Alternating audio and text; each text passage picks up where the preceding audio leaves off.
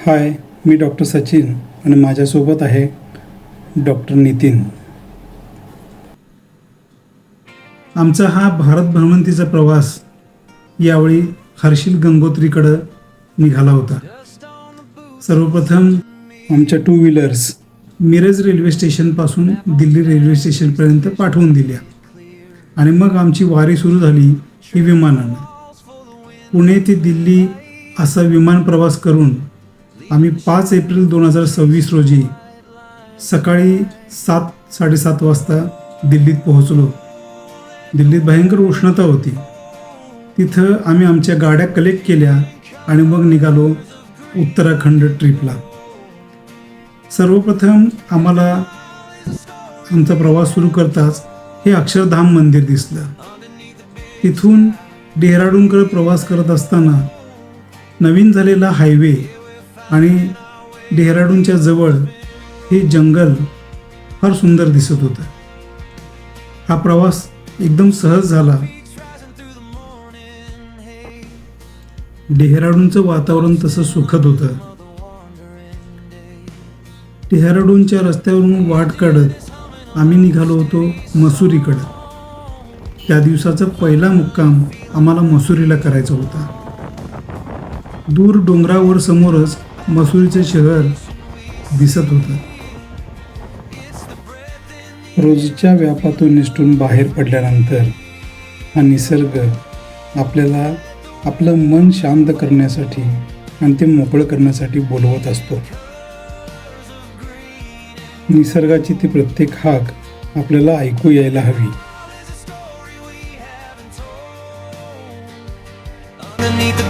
संध्याकाळचे 4:30 वाजलेत. आता मसुरी शहर बघा.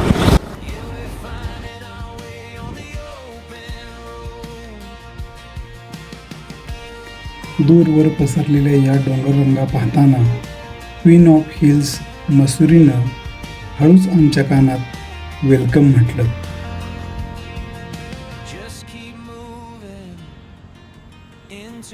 त्या दिवशी रविवार असल्यामुळं मसुरीकडे जाणाऱ्या वाहनांची संख्या कमी तर मसुरीहून परतणाऱ्या वाहनांची संख्या खूपच अधिक होती. मागं 4 ते 5 किलोमीटर वाहनांच्या लांब रांगा लागल्या होत्या.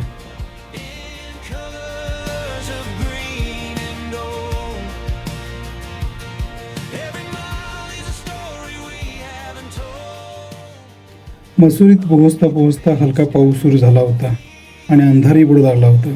त्यात हे डेहराडून शहर सुंदर दिसत होतं. मसुरीतील मुक्काम बाटाघाट येथील या आदर्श होमस्टेमध्ये झाला.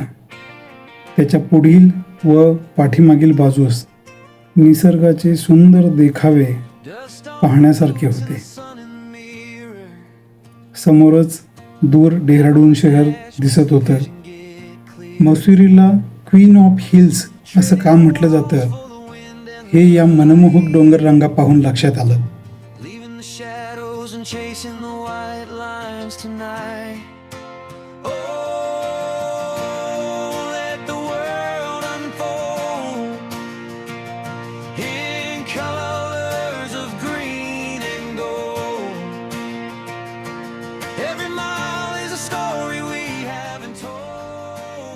आज 6 एप्रिल सकाळची न्याहारी करून आणि आमचं सामान आवरून आम्ही निघालो होतो पुढच्या प्रवासाला.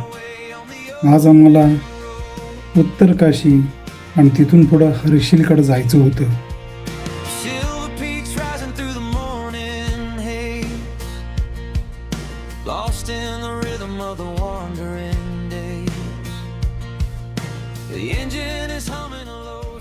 या रस्त्याच्या वळणावळणावर सुंदर दृश्यांची मालिकाच होती.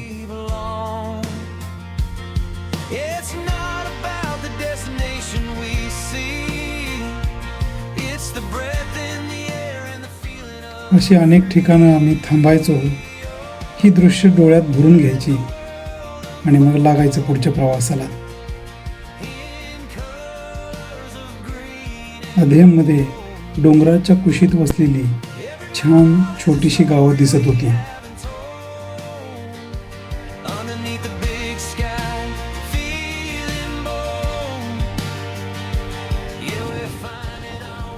रस्त्यावर वर्दळ तशी कमीच. त्यामुळे पाईन वृक्षांच्या गर्द हिरवाईने नटलेले डोंगर पाहत निसर्गाच्या विलोभनीय देखाव्यांचा आस्वाद घेत आम्ही प्रत्येक वळण घेत होतो.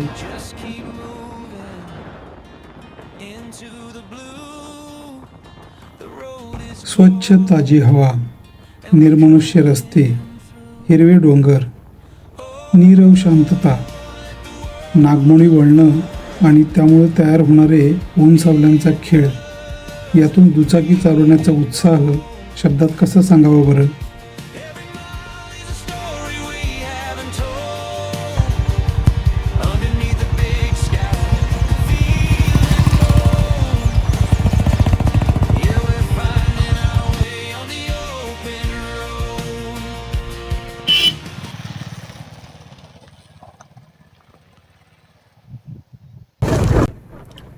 आता हर्षिलच्या दिशेने प्रवास करताना उत्तर काशी शहर पाठीमागे राहिलं होतं. आता येथून पुढे 80 किलोमीटरचा प्रवास नदीच्या सोबतच होणार होता. हळूहळू पावसाचे छोटे छोटे थेंब पडू लागले होते. आम्ही रेनकोट परिधान केला आणि पुढच्या प्रवासास निघालो. काही वेळेला रस्त्यांची अवस्था बघून थोडीशी भीती वाटत होती. काही कठडे कोसळलेले तर काही कोसळण्याच्या मार्गावर. अशा चिखलातून खड्ड्यातून वाट काढताना तारेवरची कसरत होत होती आणि मनात धगधग.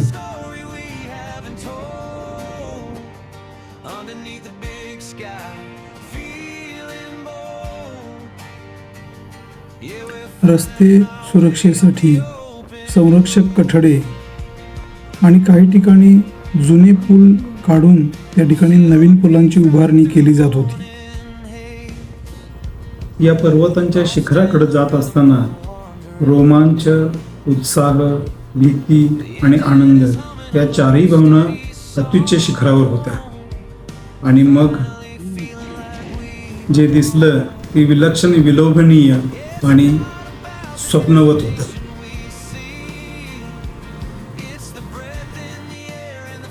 चारही दिशांना ही हिमाच्छादित पर्वत शिखरं पाहिल्यानंतर आमचा हर्ष अत्युच्च पातळीवर होता. प्रकृतीचा हा नयनरम्य सोहळा आयुष्यात पहिल्यांदाच याची देही याची डोळा अनुभवत होतो.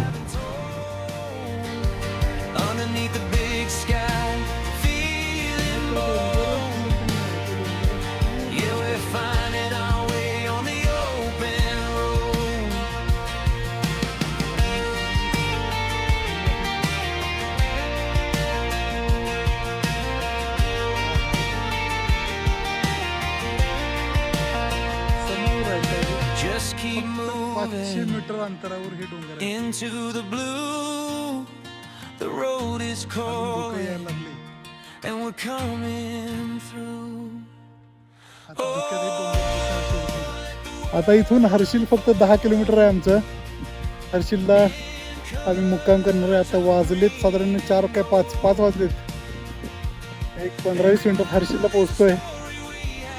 हर्षिल गावाच्या 5 किलोमीटर अलीकडंच या सुंदर होमस्टेमध्ये राहायचं आम्ही ठरवलं. एवढे पहाड चढूनही न थकलेले हे आमचे साथीदार पहा. दुपारचं जेवण टाळून केलेला प्रवास आणि इथली प्रचंड थंडी यामुळे शरीराला उभेची खूपच गरज होती.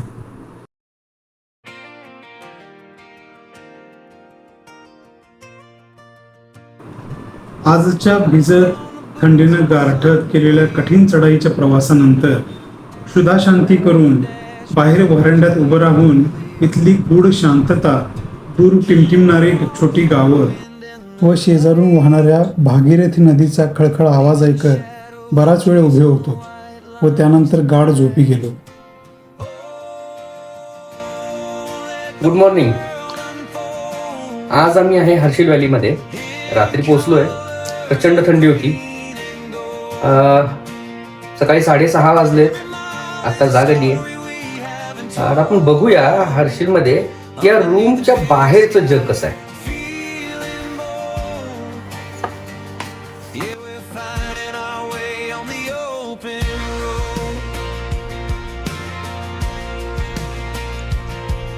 Silver peaks rising through the morning haze, lost in the rhythm of the wandering days.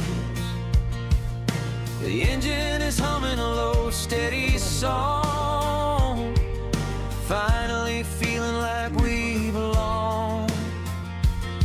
It's not about the destination we see, it's the breath in the air and the feeling of free. Oh, let the world unfold in colors of green and gold. Every mile is a story we haven't told, underneath the big sky. छान सूर्यप्रकाश पडलाय ना, जागा फार चमकदार आहे. कदाचित तुम्हाला व्हिडिओमध्ये तेवढी जाणवत नसेल, पण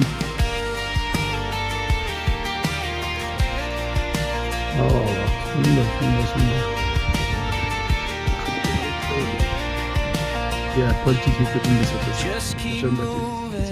असं काही जास्त डेन्स To the blue, जो स्नो आहे the तो road is दिसतो. calling, and we're coming. आणि हा जरासं लांब आहे, पण हे अप्रतिम आहे, अप्रतिम. डोळ्यांनी बघणं अतिशय बघा. हा पण माणूस चमकतोय कालपासून. अरे बघा, डॉग पण आहे. नमस्ते. हॅलो. Man in black. आज आम्ही काल ॲक्च्युली मसुरीवरनं निघालो होतो. मसुरीवरनं साधारण संध्याकाळी 5-5:30 वाजता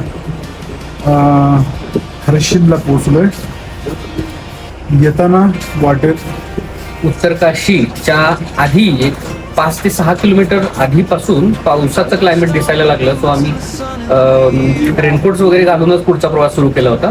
जे आम्ही इथं हर्षिलपर्यंत येऊपर्यंत पाऊस सुरू होता. पावसामुळे काय झालं, आम्हाला छान वाटेत सुंदर सुंदर व्ह्यूज होते, पण ते कॅप्चर नाही करता आले सगळे. ते कारण आम्हाला कॅमेरा काढायला आणि पावसात अशा ठिकाणी थांबता येत नव्हतं जिथून सरळ पहाड चालू होत आहे, डोंगर चालू होत आहे. अशा ठिकाणी दगड पडण्याची भीती असल्यामुळे आम्ही तिथं थांबू देत नव्हती, किंवा थांबण्यासारखा तेवढा रुंद रस्ता पण नाही आहे. म्हणून आम्ही पटकन प्रयत्न केला की आपण सुरक्षित हर्षिलमध्ये पोचावं. आणि हर्षिलमध्ये येताना 1-2 ठिकाणी मी थांबलो आणि छोटे छोटे व्हिडिओ शूट केले. तेवढं आम्हाला करता आलं. पण ॲक्च्युली खूप ॲडव्हेंचरस हे होतं, ट्रिप होती ही मसुरी टू हर्षिल. रस्ते सुंदर आहेत. आता जरा ट्रॅफिक कमी, अजून चारधाम यात्रा सुरू झाली नाही. 20 तारखेला सुरू होणार होती, 19-20ला. तेव्हा ट्रॅफिक खूप असते, पण तरी थोडंफार ट्रॅफिक होतं, पण मजा आली अशा ठिकाणी. येताना बऱ्यापैकी सगळे विंटर वेअर आणि लेअरिंग केलं होतं. सो थंडी इतर ठिकाणी शरीराला इतर कुठं जाणवली नाही, पण बोटांची टोकं ॲब्सोल्यूट सुंदर आली होती.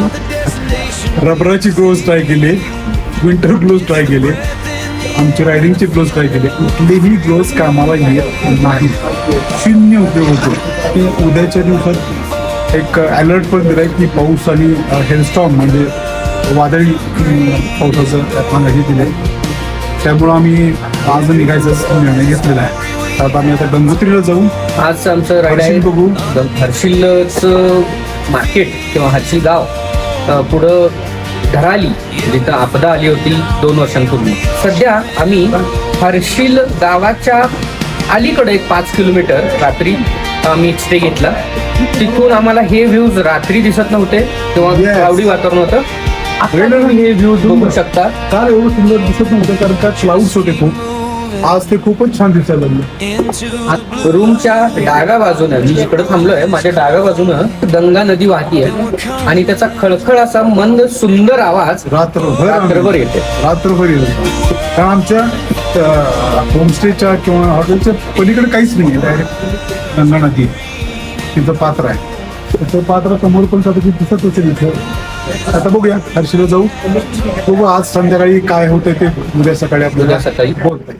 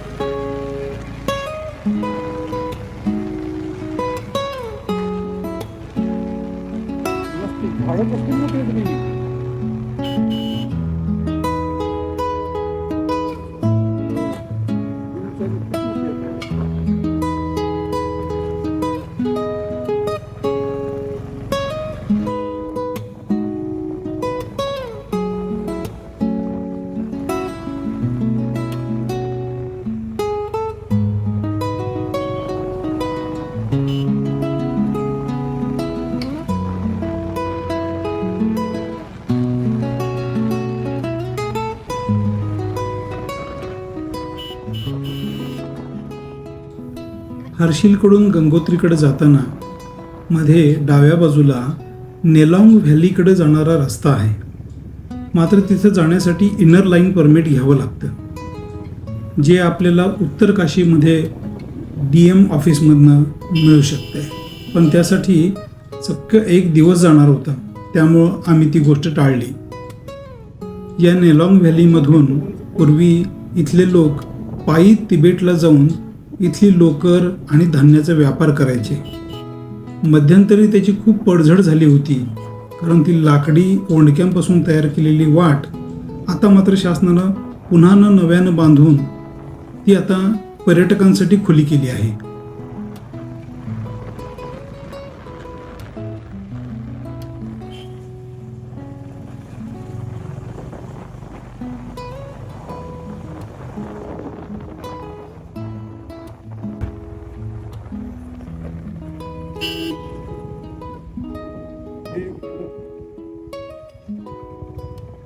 गंगोत्रीकडे जाताना भैरव घाटीचा ब्रिज लागतो. हा ब्रिज नदी तळापासून खूपच उंचीवर आहे.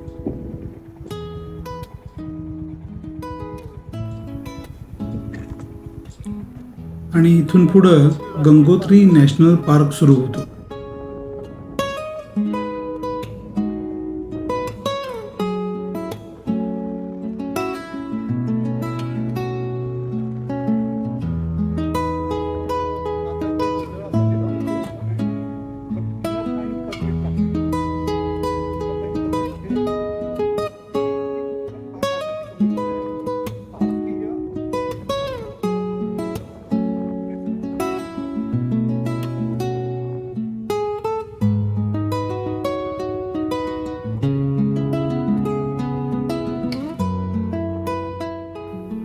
ही हिमशिखरं आम्हाला एखाद्या चुंबकाप्रमाणे आकर्षित करीत होती आणि आम्ही आपोआप सहजतेने त्यांच्याकडे ओढले जात होतो.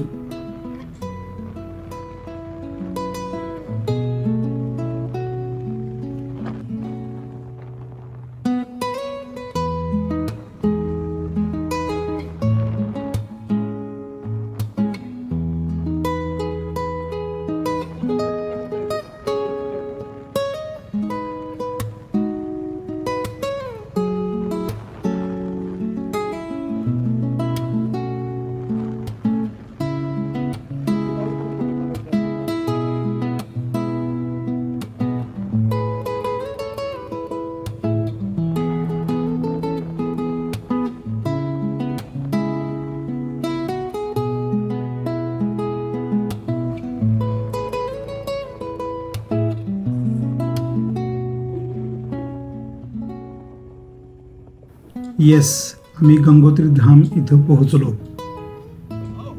बाजारात फारशी गर्दी नव्हती, त्यामुळं आमचं वाहन घेऊन आम्ही बाजारातून वाट काढत मंदिराकडे निघालो.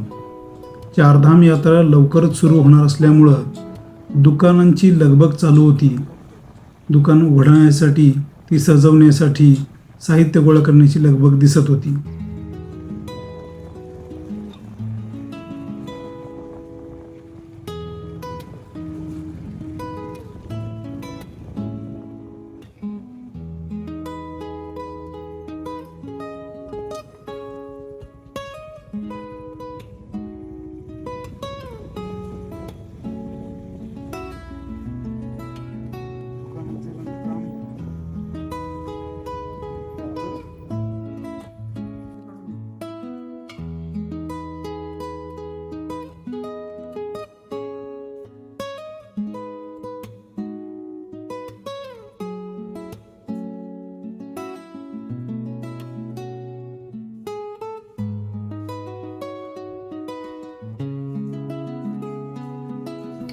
मंदिराच्या आवारात प्रवेश करताच महादेवाच्या जटेतनं पृथ्वीवर उतरणारी गंगा या देखाव्यानं लक्ष वेधून घेतलं.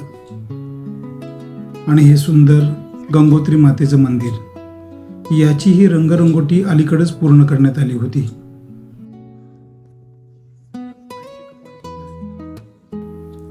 गंगोत्री मंदिराचे मुख्य द्वार म्हणजेच कपाट आता बंद होते. गंगोत्री मातेचं शीतकालीन मंदिर हे हर्षिल जवळ मुखवा या गावी आहे.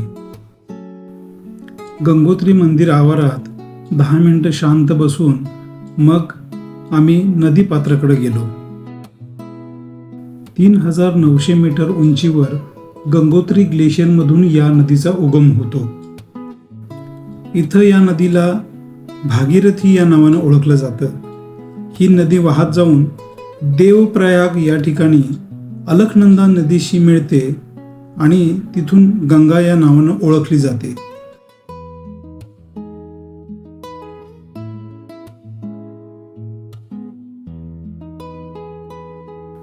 इथं पोहोचण्यासाठी गेले 2 महिने विविध आवश्यक असलेल्या गोष्टी गोळा करणे, विविध बुकिंग करणे, इथल्या हवामानाची माहिती घेणे, रस्त्यांविषयी माहिती घेणे, या सगळ्या गोष्टी करत आता इथं पोहोचल्यानंतर मन अगदी उल्हासित झालं होतं.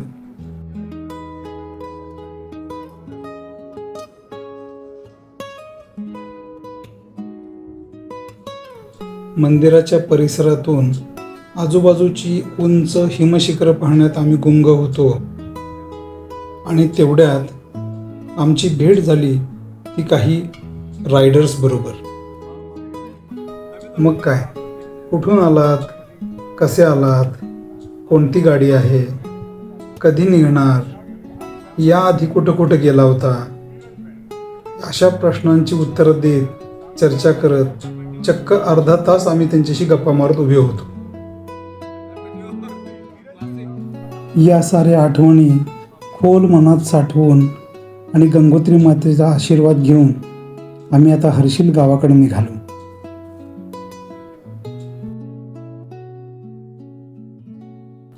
धराली गावाजवळचा हाच तो प्रसिद्ध हर्षिल व्हॅली व्ह्यू पॉइंट.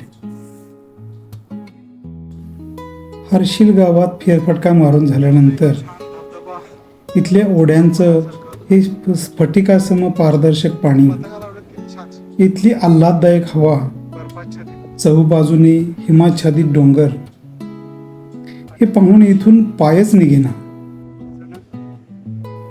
दुपारचे 2 वाजले होते. आता भूक लागली होती. आलू पराठ्यावर ताव मारून आम्ही हर्षिलच्या पोस्ट ऑफिसमध्ये गेलो. तिथून आदित्यला एक प्रेम, प्रोत्साहन आणि आशीर्वाद देणारं पत्र लिहिलं आणि आम्ही निघालो चंबाकडे. संध्याकाळी 6:30 वाजेपर्यंत चंबामध्ये पोहोचलो. चंबा सुद्धा सुंदर शहर. पहा ना किती सुंदर नजारा आहे आमच्या रूम बाहेर.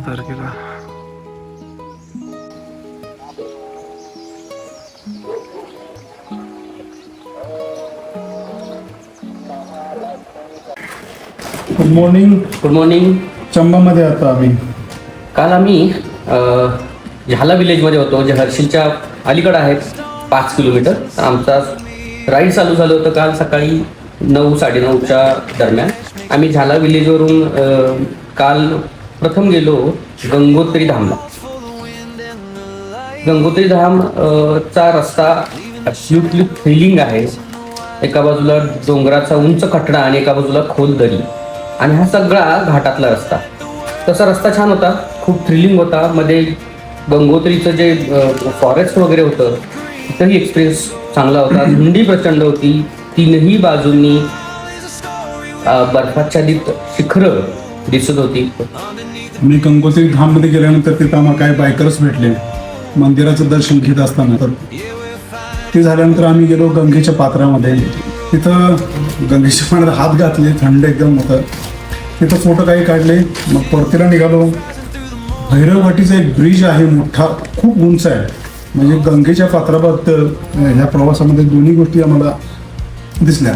अगदी समतल पात्र असताना, रस्त्याबरोबर समतल पात्र असताना सुद्धा आम्ही त्याला बघितलंय.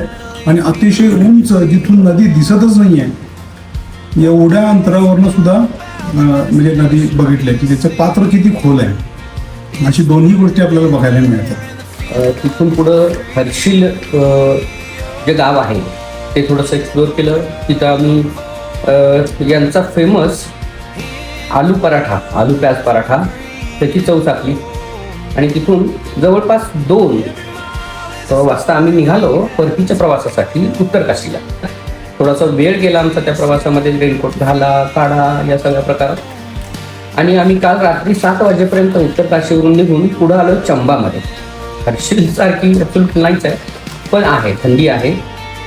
आणि आम्ही जिथं आता स्टे घेतलाय की त्या रूममधून व्ह्यू तुम्ही बघू शकता. आज सकाळपासून परिस्थिती अशी आहे की काल रात्रीपासून जरा आज सकाळपासून कंटिन्युअस पाऊस चालू आहे आणि ह्या पावसात आमच्या जे प्लॅनमध्ये होतं जिम कॉर्बेट नॅशनल पार्क तिकडं जाणं शक्य होईल असं वाटत नाही आहे, कारण पावसात सफारी करणं पण अवघड आहे. त्यामुळं आता प्लॅन बदलून दिल्लीकडे वळवलेलं आहे. सुरुवात आज आम्ही आहे नैनितालच्या बेस विलेजमध्ये, त्याचं नाव आहे काला डुंगी. आता हे नाव कसं आलंय तर ढोंग म्हणजे दगड आणि काळा दगड म्हणून काला डुंगी किंवा आयर्न ओर मिळतंय. हे इंग्रजांना कळालं आणि त्यांनी इथं उत्तर भारतातील सगळ्यात पहिली आयर्न ओरची फॅक्टरी सुरू केली. आणि ही जी मागं तुम्हाला कॅनल छोटं दिसतंय हे ॲक्च्युली ती जी फॅक्टरी आयर्न ओरची फॅक्टरी चालू केली होती इंग्रजांच्या काळामध्ये त्यांनी पहिली, त्याला होणारा हा वॉटर सप्लाय आहे. तर त्याच्यामधनं जे आयर्न पडायचं ते ह्या पाण्यात पडायचं आणि ही नहर जी आहे ही 250 वर्ष जुनी आहे. ही आणि अविरत पाणी वाहत आहे, याचं पाणी कधीही आटलेलं नाही असं इथले स्थानिक सांगतात. ही जिम कॉर्बेटच्या जंगलातनं येत आहे. चंबामधून निघाल्यानंतर आम्हाला तुफान पावसाचा सामना करावा लागला. हरिद्वारला खाली येऊपर्यंत भरपूर पाऊस होता. आम्ही उत्तर प्रदेशातनं वळून पुन्हा उत्तराखंडमध्ये शिरलो. तर हा पूर्ण 4 लेन हायवे होता. त्यानंतर आम्हाला ऋषिकेशजवळ एक लँडस्लाईडचा पण सामना करावा लागला. लँडस्लाईड झालं होतं आमच्या समोर, त्याचं काम चालू होतं. तो मात्र थ्रिलिंग एक्सपिरियन्स होता. जे लँडस्लाईड क्लिअर केल्यानंतर JCB त्याच्यातनं गाडी घालणं आणि काढणं हे एक आमचं थ्रिलिंग एक्सपिरियन्स त्याच्यामध्ये झाला. आता आम्ही कुठं राहिलो आहे ही ॲक्च्युली बाउंड्री आहे जिम कॉर्बेटचं जंगल आणि रेजिडेन्सी एरिया. तुम्हाला दाखवतो मी. हे सगळं जिम कॉर्बेटचं जंगल आहे.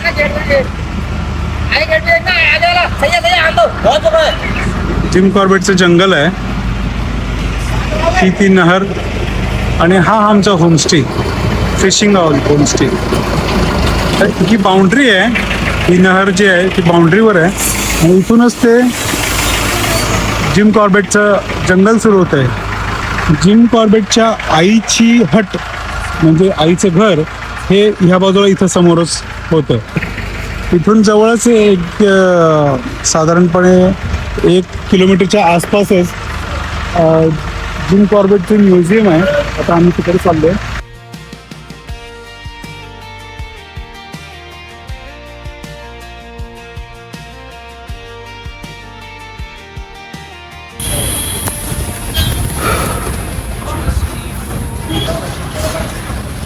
To the blue, the road is calling, and we're coming through.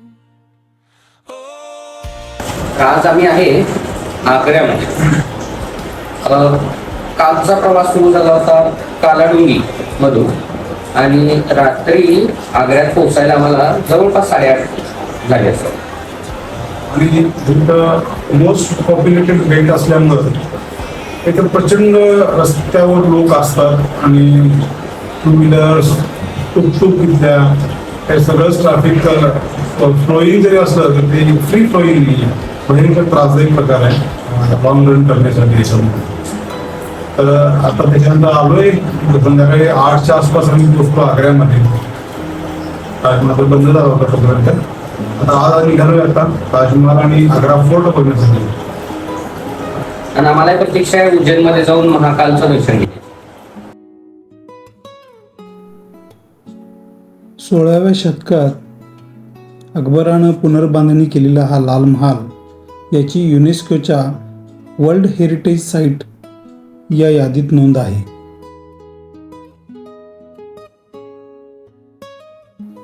Yamuna नदीच्या काठावर वसलेला आणि 70 फूट उंच तटबंदी असलेला हा किल्ला जवळपास 94 एकरवर पसरलेला आहे.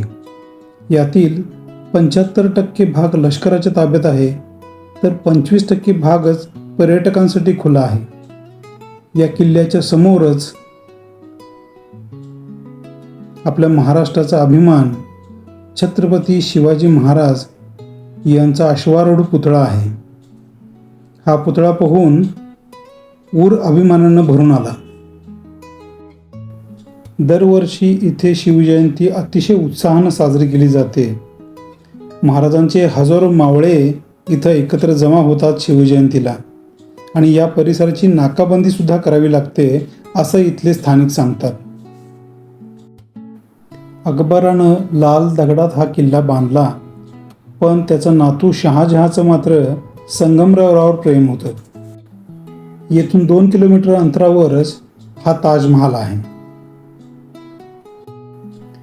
जहांगीरी महल, मुसम्मन बुर्ज, दिवाने आम, दिवाने खास आणि खास महल ही इथली महत्त्वाची ठिकाणं। ही इथल्या मीना बाजारची जागा आणि समोरच्या खोल्यात सोने चांदीसारख्या मौल्यवान धातूंची नाणी बनवली जायची, ती टकसाळ। सोन्याचं वर्ख लावलेला आणि हिरे पाचू यासारख्या मौल्यवान रत्नांनी सजवलेला हा खास महल।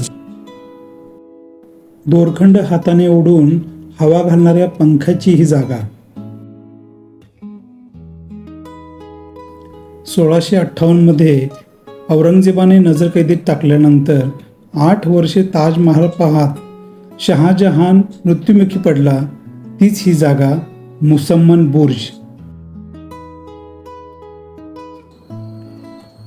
या बुर्जाच्या भिंती आणि इथले खांब यांच्यावरची कलाकुसर आणि नक्षीकाम अत्यंत प्रेक्षणीय आहे।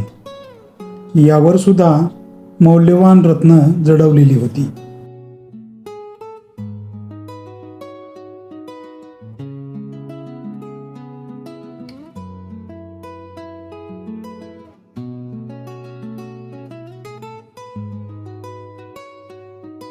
आज आम्ही आहे उज्जैन मध्ये महाकालेश्वर मंदिराच्या शेजारीच आमच्या हॉटेलच्या मागच्या बाजूलाच महाकालेश्वर मंदिर आहे, अगदी जवळच।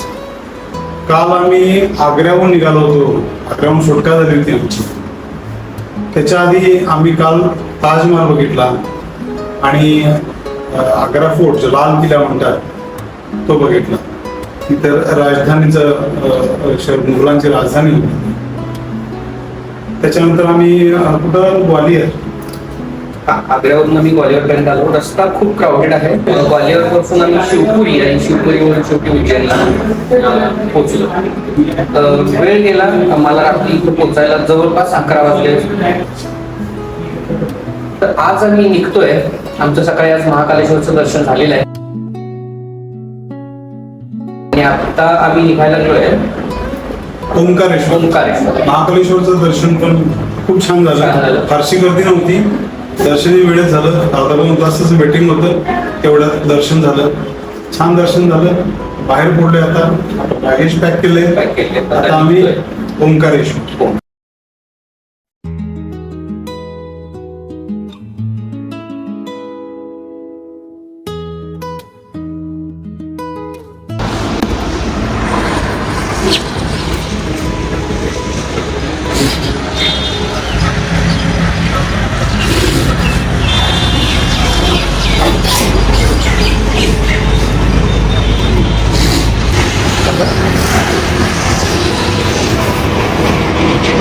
आज 500 किलोमीटर पहिले काल आम्ही उज्जैनवरनं महाकाल अभिषेकाचं दर्शन घेऊन ओंकारेश्वरला गेलो। लकीली आमच्याकडे बाईक्स असल्यामुळे त्या मनाने आम्ही पटकन ओंकारेश्वरला पोहोचलो। पण जो रस्ता मॅक्सिमम 1.5 तिथं 2 तास अपेक्षित होता, त्या रस्त्याला मला 5 तास लागले। ओंकारेश्वर पासून निघाल्यानंतर साधारणपणे बुरहानपूरपर्यंत खूपच चांगलं रस्ता होता, त्यामुळं 100 किलोमीटर आमची इझिली निघाले। त्यानंतर रात्री थोडंसं जेवण करून प्रवास चालू ठेवल्यामुळं 4 लेन हायवे असल्यामुळं आम्ही संभाजीनगरपर्यंत पोहोचू शकतो. पहाटे उठून निघणं असं काही झालं नाही आजपर्यंत. या ट्रिपमध्ये पूर्ण झालं नाही. युजली आम्ही 3 वाजता 5 वाजता निघत असतो. यावेळी मात्र आम्हाला दरवेळेला निघायला 12:30 वाजायचे. पण इथून थेट घरी जाणार आहे. 508 किलोमीटरचं अंतर राहिलेलं आहे आणि आता वाजतात सकाळचे 8. सुरू झालेलं आहे. बघूया आजचा प्रवास. आज आमचा शेवटचा दिवस. ही ट्रिप छान झाली. नितीनचे विशेष आभार. छान एन्जॉयमेंट झाली आमची. विशेषतः हर्षिल किंवा गंगोत्री टार्गेट आमचं तेच होतं. हर्षिल किंवा गंगोत्री हे सगळं नंतर जोडलेल्या गोष्टी होत्या. काही प्री प्लॅन नव्हतं. सुरुवातीपासून फक्त हर्षिल गंगोत्री एवढंच प्लॅन होतं. बाकीचं सगळं हे आम्ही एक्स्ट्रा करत आलो. आम्हाला वेळ जसं पुरेल त्याच्यानुसार आम्ही ते सगळ्या गोष्टी करत आलो. आज आमचा शेवटचा दिवस आहे ट्रिपचा. आज आम्ही तर घरी पोहोचतोय. संध्याकाळी बघूया नेक्स्ट टाइम कधी मिळतंय ट्रिप काढायला. चला बंद करतो. बाय. हर्षिलला -8 आणि सोलापूरला 42. कुठं नेऊन ठेवलाय महाराष्ट्र माझा.